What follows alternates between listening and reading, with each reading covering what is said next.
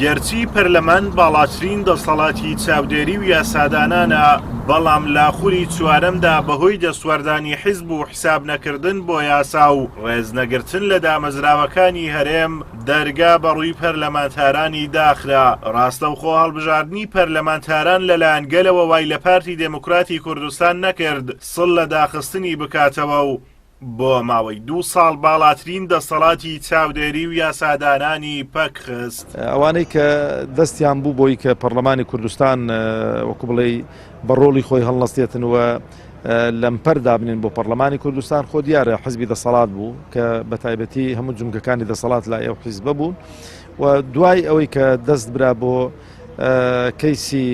سەرۆکایەتی هەرێم کە یاساکەی بەسەرچوو بوو دەبوو ئەو یاسای هەموار بکرێتەوە، ئەوە هۆکارێک بوو بەڕاستی بەداخەوە خوازیارم کە لە داهاتوو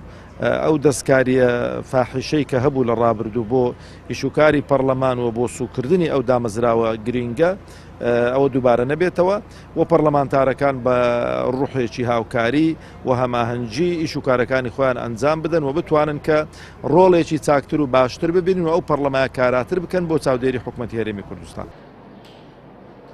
تەزویر و ساختەکاریەکانی پارتی و یەکێتی لە هەڵبژاردنەکانی هەرێمی کوردستان بووەتە هۆی بێنرخکردنی پرۆسەی دێموکراسی و دەستاودەست و ئاڵوگۆڕی ئاشتیانەی دەسەڵات. بە بڕوای چاودێرانیش هەنگاوەکانی ئەو دوو حیزبە ئامانزدارە و حساب نەکردنە بۆ ئازادی تاک و دەنگدەرانی کوردستان تا بە پەرلەمانتاری ساختە و تەزویر پەرلەمانی کوردستان بێڕۆڵ و کاریگەر بکەن.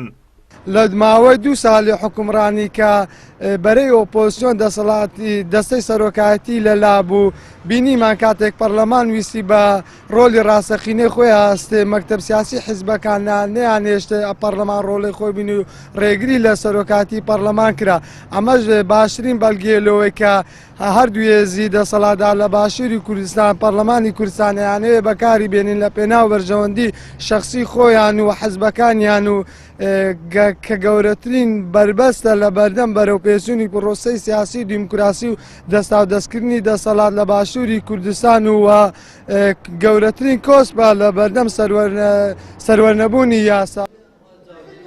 بەپێی یاسا دەبێت هەر 4 ساڵجارێک پرۆسەی هەڵبژاردن ئەنجام بدرێ و هاوڵاتیان نوێنەری خۆیان هەڵبژێرن، بەڵام لەمەشدا بە بیانووی جۆرا و جۆر جووت حیزبی دەسەڵات لە ئەنجامدانی هەڵبژاردنەکان لە کاتی خۆی ڕێگریان کردووە. بە جۆرێک دەبوو ئێستا خولی هەشتەمی پەرلەمان دەست بەکار بووایە، بەڵام بەهۆی ناکۆچی و بەرژەوەندیە تایبەتەکانی پارتی و یەکێتی هەفتی تشرینی دووەم پەرلەمانتارانی خولی پێنجەم سوێندی یاسایی دەخۆن. ئازاد ئۆمەراوەی کەناڵی ئاسمانی پەیام،